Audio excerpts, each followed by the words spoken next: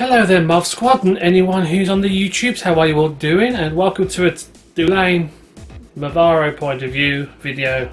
Very sleepy, and in this video I'm going to talk about why I am going to be voting to leave the EU. So then, as we all know, in a few days' time, it is now June the 21st and the longest day of the year. In a couple of days from now, on the 23rd, we're going to be voting if we want to stay or leave the European Union. So I'll just be clear with this first of all. These views are just my personal feelings, and I feel that feelings are kind of the best way to go with this kind of thing. And I'm pretty tired at the time of doing this, so you might see me being a bit more emotional because I just don't really feel that making a decision facts is good.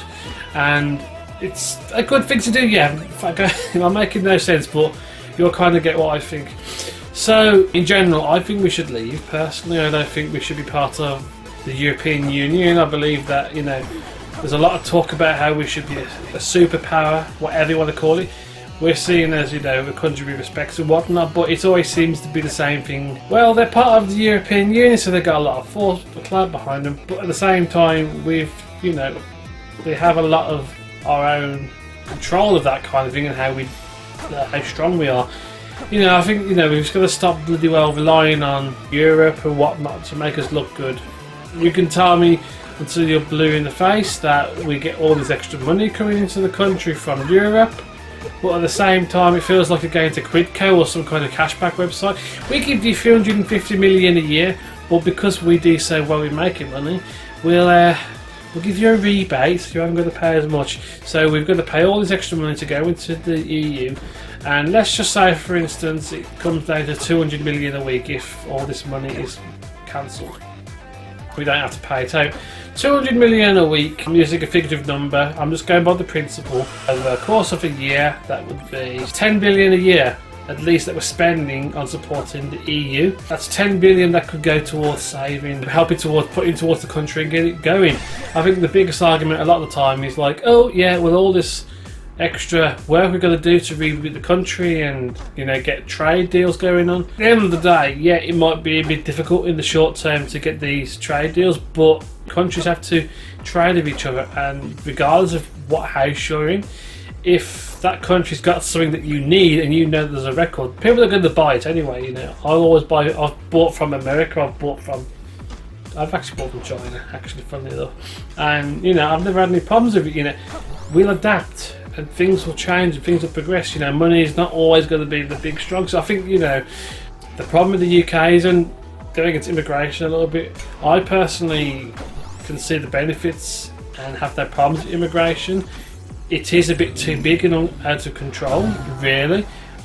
You know, I don't believe in the whole, you know, everyone that comes to our country that's an immigrant from Poland or any of these countries. I don't really believe the whole they're useless, because I had this one friend who worked with us where I work, and I work in a department store, and this guy, he was a Pole, he's about 20, I think he's in his early 20s. He was a bloody grafter, a real grafter, and you see it a lot of bus drivers and stuff, and they must do killer hours. So I definitely know the merit of, you know, having this immigration in, but at the same time, it's like, you know, America, if I wanted to move to America and I'm only good enough to be stockroom assistant or whatnot, working in a stockroom, you know, you look at America and they say, like, there's got to be a role that a non-American is not available to fill the role in. You know, like, I could probably move to America and get a visa if I was a popular YouTuber or something like that, or have my own business generating a lot of money, because I'm bringing something in that, you know, is unique in the sense of I'm not just going in and stealing someone's job. You know, I think there's a lot of problems. You know, a lot will come over, and yeah, there's a lot of skilled and non-skilled labour, which is fair and fine enough. But it's when you think about it, if you've got people at the same time, I'll go into my other point in a second with this. If you've got people willing to work and they can't get a job because there's so much more competition. 6 years ago, maybe, I was applying for a job at a PC World Courier store, and the queue must have been about, I think it was 300 people. And then, like, you know, that's for a new store. And then, like, I look at my place, and the one time there was a couple of vacancies, and I think it was over 200 people applying for like 2 16-hour positions.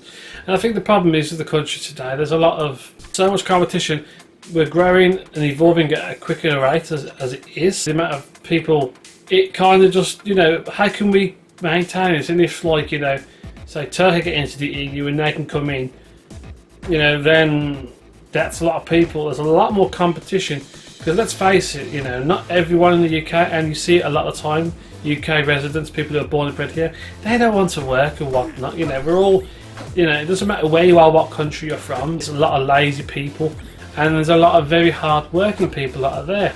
And I think that's the thing, you know, we're just too quick to judge and decide that one's bad and one's good. I think we do need to kind of control it a lot better, and I think having a point system would be a lot fairer. And again, don't get me wrong, there might be merits and stuff that are there. I don't really care about the facts, but you know, I should probably. But at the same time, this is, like I say, it's how I feel about it. I just think we've got to do something about it. You know, the main problem is people say like, oh, you might be a weak power in the world. How do we know? Yeah, there won't be the EU to back us up or whatnot, but at the same time, does it matter if we're in your house or not? If we're friends with you or whatnot, what difference is there?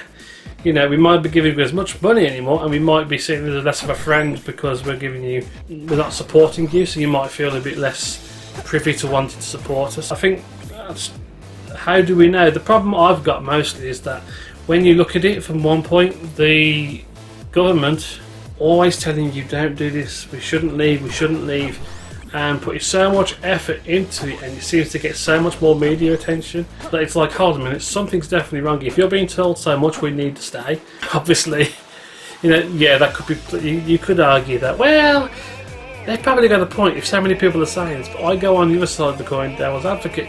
If someone's trying to tell you that you should get this and you should keep going for it and picking that, and then you should, and then, well, that's a bit fishy to me. Just because there's a little evidence or proof or whatever you want to call it that leaving the EU is a good thing, just because there's a plethora of all this different advice and facts and that you should stay in the EU. You can't be sure until you try. There's been talk of like, well, we don't know if we'll get another chance, we'll be able to have another chance and whatnot, but once we go back in, if we get stuck in there, we're stuck forever. And I think, you know, it's about time that, you know, we start having pride for the country that we're in and pushing for freedom and control. You've got to get your own stuff sorted out first. You've got to get your own in-house stuff sorted out before you move forward. 4 or 5 years of maybe a little bit more struggle, we've pulled through. We can keep going, but you know, all this uncertainty. Yes, China's a bit up and down right now. You know, their money's not as strong as it has been. When you've got so much going on in the world that's an effect, yes, going out of the EU could cause problems. Why do we need to be, you know, turning around to a system that's been failing all this time and not doing anything about it? You know, we can't just keep sitting back and accepting that it might get better when it might not, you know. And my brain's completely gone.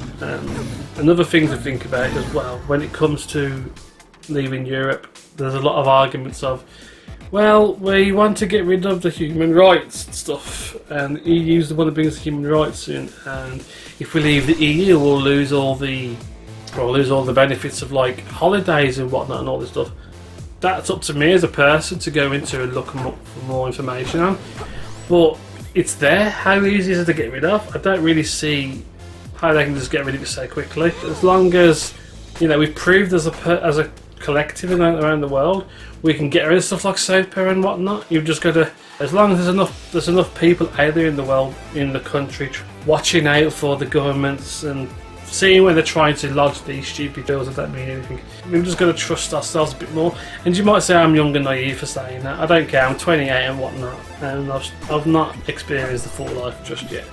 But I've seen enough to make my own decision on what I feel we should do. It's all well and good that we feel that we should be part of it and just stay under the radar and be good people and pretend that everything's going to be fine, but nothing seems to really get anywhere. I think at the same time, you know, you've got to have your security. If you don't try, how are you going to know if you can survive?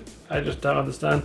It's silly. I feel that we'll gain money back from having to pay less out to some country for a little benefit in return. And yeah, I know there's things like Europe put money in towards farming subsidies and whatnot. They put money into projects, like I know a lot in Birmingham City Centre there was there was buildings like we had Millennium Point. That was partially funded by the EU. We also had some of the city centre area had some work done on it, funded by the EU. And I'm sure there are a lot of people out there that would lose some funding, but you keep hearing like there are farmers out there that are not looking to leave the EU. They're happy getting the extra money, and some are like, you know what, we actually have got common sense and we need to actually take a hold for ourselves.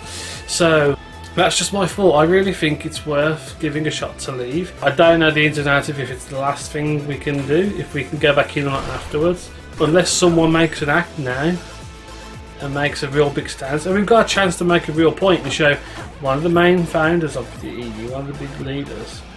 And that's just my opinion. I don't care if I'm right or wrong, but to me, the UK play a big part in EU, or we're at least a bigger influence.